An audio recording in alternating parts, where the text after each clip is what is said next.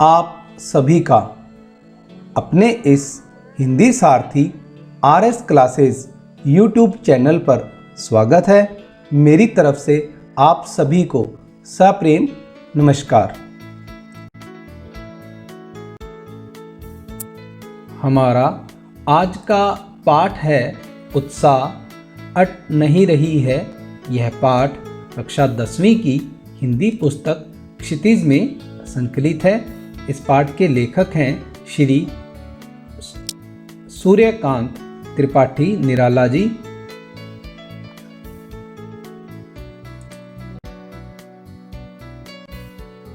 सूर्यकांत त्रिपाठी निराला का जन्म बंगाल की महिसादल रियासत जिला मेदिनीपुर में 21 फरवरी सन 1899 में हुआ था।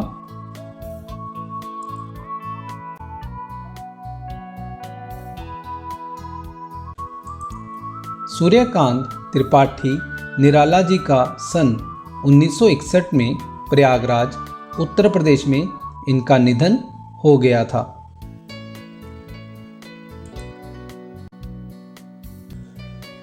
सूर्यकांत त्रिपाठी निराला का जन्म बंगाल के महिसादल में सन 1899 में हुआ।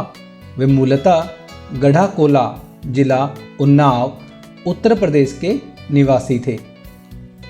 निराला की औपचारिक शिक्षा 9वीं तक महिसादल में ही हुई। उन्होंने स्वाध्याय से संस्कृत, बांग्ला और अंग्रेजी का ज्ञान अर्जित किया।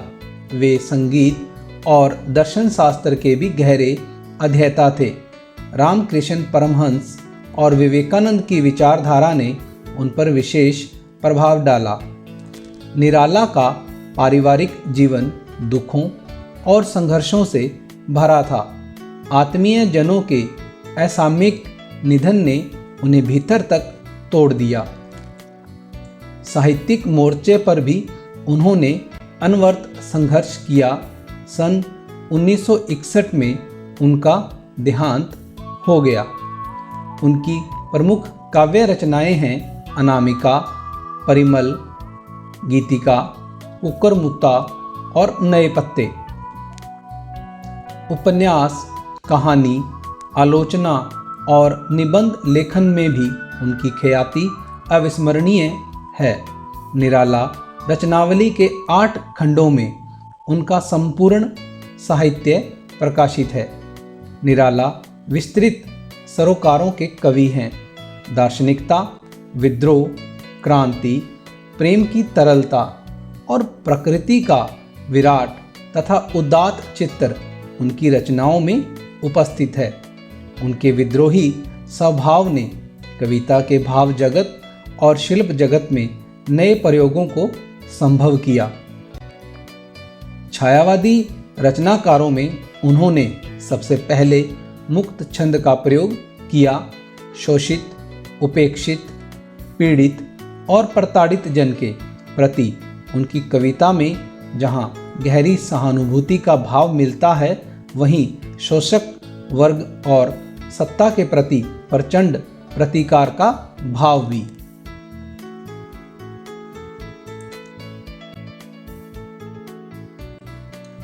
उत्साह एक आह्वान गीत है जो बादल को संबोधित है। बादल निराला का प्रिय विषय है। कविता में बादल एक तरफ पीड़ित प्यासे जन की आकांक्षा को पूरा करने वाला है, तो दूसरी तरफ वही बादल नई कल्पना और नए अंकुर के लिए विध्वंस, विप्लव और क्रांति चेतना को संभव करने वाला भी।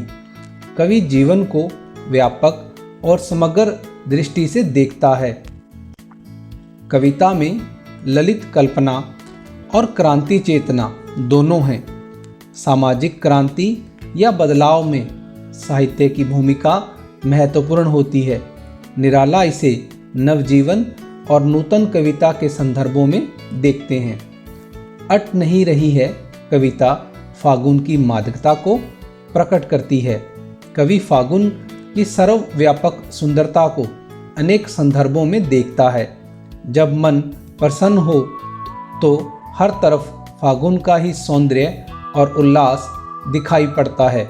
सुंदर शब्दों के चयन एवं लय ने कविता को भी फागुन की ही तरह सुंदर एवं ललित बना दिया है।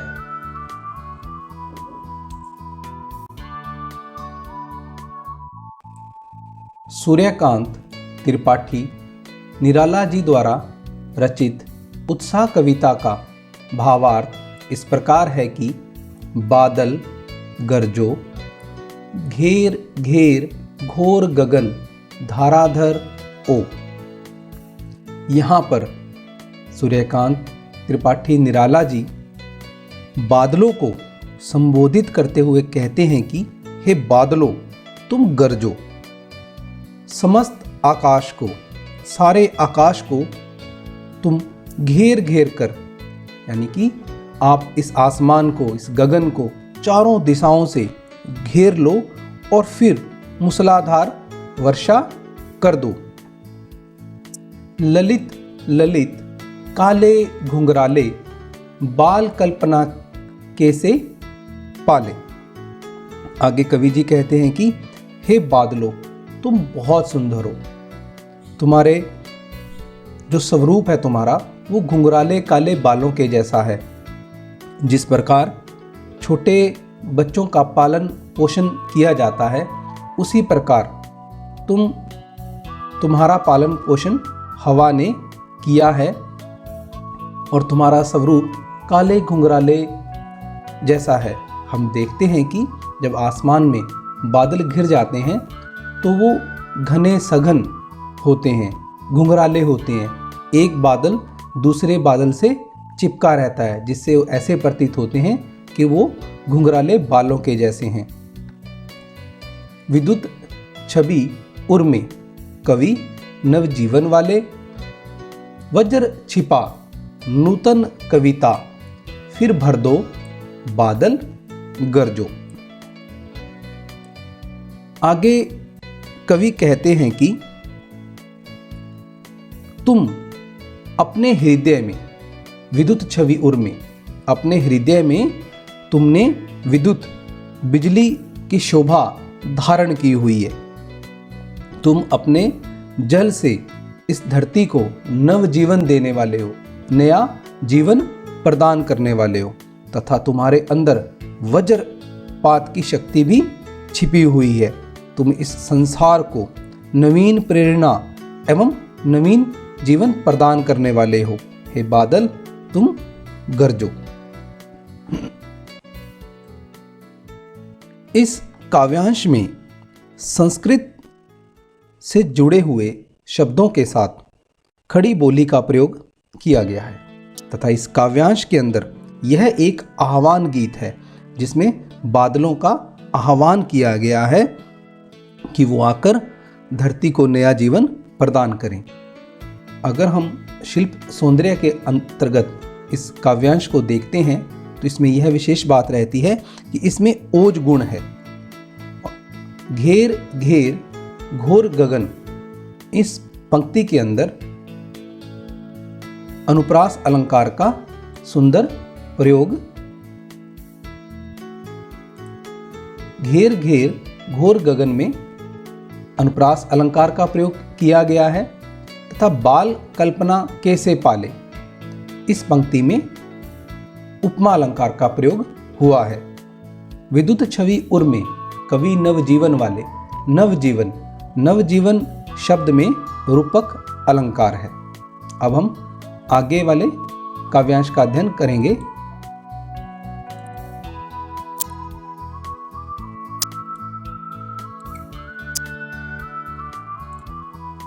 विकल विकल उन्मन थे उन्मन, विषव के निधाग के सकल जन।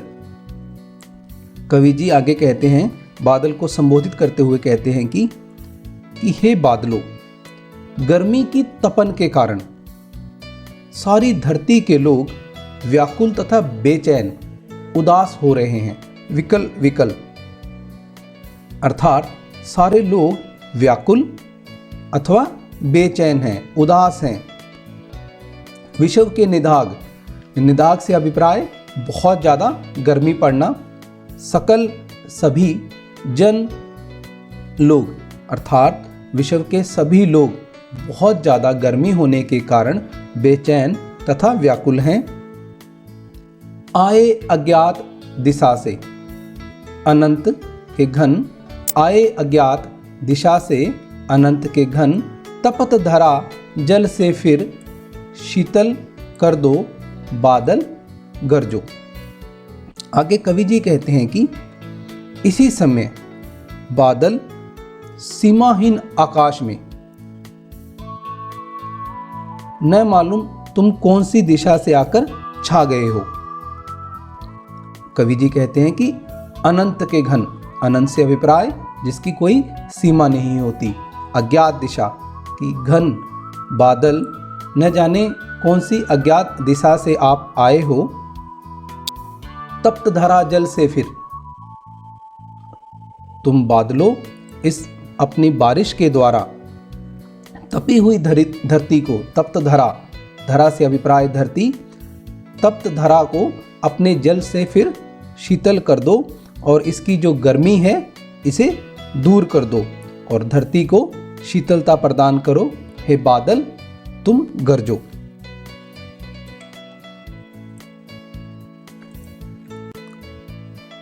इस काव्यांश के अंदर हम देखते हैं कि कवि के द्वारा खड़ी बोली हिंदी का प्रयोग किया गया है। इस काव्यांश में कवि जी ने बादलों को संबोधित किया है। हम ऊपर वाले काव्यांश में देखते हैं कि कवि जी ने बादलों का आह्वान किया था और यहाँ पर वो बादलों को संबोधित कर रहे हैं। यह छायावादी युग की कविता है। अब हम देखते हैं कि विकल विकल उन्मन थे उन्मन, इस पंक्तियों में अनुप्रास अलंकार का सुंदर प्रयोग हुआ है। सूर्यकांत त्रिपाठी निराला जी द्वारा रचित कविता अट नहीं रही है का भावार्थ इस प्रकार है कि अट नहीं रही है, आभा फागुन की तन सट नहीं रही है। कवि जी फागुन मास की मादकता का वर्णन करते हुए कहते हैं कि सावन मास का सौंदर्य इतना अधिक है कि उसकी शोभा समा नहीं पा रही है। कहीं सांस लेते हो घर घर भर देते हो, उड़ने को नभ में तुम पर पर कर देते हो। कवि जी कहते हैं कि यह शोभा प्रकृति के साथ साथ मानव तन पर भी दिखाई दे रही है। इसका परिणाम यह है कि मानव चेहरों पर खुशी झलक उठी है। कवि जी कहते हैं कि सुगंधित हवा का झोंका उठता है, उससे ऐसा मालूम होने लगता है कि तुम खुलकर श्वास ले रहे हो, सांस ले रहे हो। इससे घर घर महक उठता है। तुम वातावरण में ऐसी मादकता भर देते हो कि मन रूपी पक्षी कल्पनाओं के पंख लगाकर इस खुले गगन में, आसमान में उड़ने के लिए तैयार हो उठता है। आगे कवि जी कहते हैं कि आँख हटाता हूँ तो हट नहीं रही है, पत्तों से लदी डाल कहीं हरी कहीं लाल। आगे कवि जी कहते हैं कि सर्वत्र फागुन के फैले इस सौंदर्य का दर्शन वो कर रहे हैं। उनकी आँखों में इस फैले हुए सौंदर्य को देखकर वह थकती नहीं हैं, इसीलिए वह अपनी दृष्टि को, अपनी आँखों को इससे हटाना संभव नहीं कर पा रहे हैं। उनकी आँखें इस सौंदर्य से हट नहीं रही हैं। पेड़ पौधों की डालियाँ हरे हरे पत्तों से लद गई हैं। वे कहीं अपने हरे रंग के कारण और कहीं लाल रंग के कारण लालिमा झलकाती हुई प्रतीत होती हैं। आगे कवि जी कहते हैं कि कहीं पड़ी है उर्मे मंद मंद मंद गंध पुष्प माल पाट पाट शोभा श्री पट नहीं रही है। आगे वो कहते हैं कि कहीं वृक्षों के पेड़ों के गलों में मंद मंद सुगंध वाले फूलों की माला पड़ी हुई है। इससे अभिप्राय यह है कि बसंत के इस मादक वातावरण में पेड़ों की डालियों पर सुगंधित फूल खिल गए हैं, जो अपनी मंद मंद सुगंध को, खुशबू को चारों ओर फैला रहे हैं। जगह जगह सौंदर्य इतना अधिक हो चुका है कि वह मन में समा नहीं पा रहा है। उसकी जो प्रकट होने की शक्ति वो बहुत ज़्यादा है, सौंदर्य बहुत अधिक प्रकट हो पा रहा है, जिससे कवि की निगाहें अट नहीं रही हैं, उससे हट नहीं रही हैं। इस कविता में कवि जी का आशय यह है कि सावन फागुन मास का सौंदर्य इतना अधिक है कि उसकी शोभा प्रकृति और तन मन पर समा नहीं पा रही है। फागुन की मादकता का मानव मन पर यह प्रभाव पड़ रहा है कि वह कल्पना के पंख लगाकर पूरी स्वतंत्रता के साथ खुले आकाश में उड़ना चाहता है। इस कविता में कवि जी ने खड़ी बोली हिंदी का प्रयोग किया है। इस कविता में अट नहीं रही, अट जाना तथा पट नहीं रही, पट जाना मुहावरों का प्रयोग किया है। फागुन तथा सांस शब्द तद्भव शब्दों के उदाहरण हैं। इस कविता में घर घर भर देते हो तथा पाट पाट शोभा श्री पंक्तियों में अनुप्रास अलंकार का सुंदर प्रयोग कवि जी ने किया है। इस कविता की भाषा सरल, मधुर, कोमल एवं लघु छोटे छोटे शब्दों से युक्त है तथा वह प्रवाह युक्त है, सुंदर लग रही है।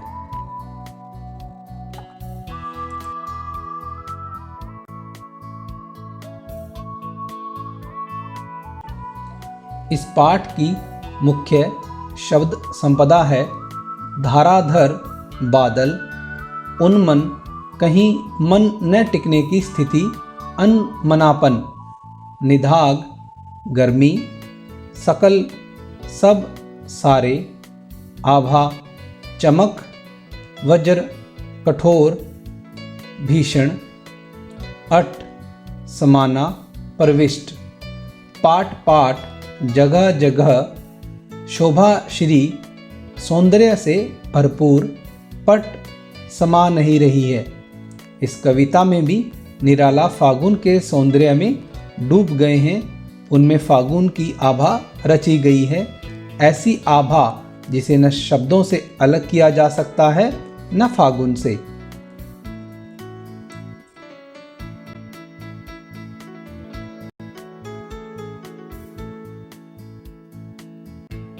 सूर्यकांत त्रिपाठी निराला जी द्वारा रचित इस पाठ उत्साह अट नहीं रही है का अब हम संक्षिप्त में अध्ययन करेंगे।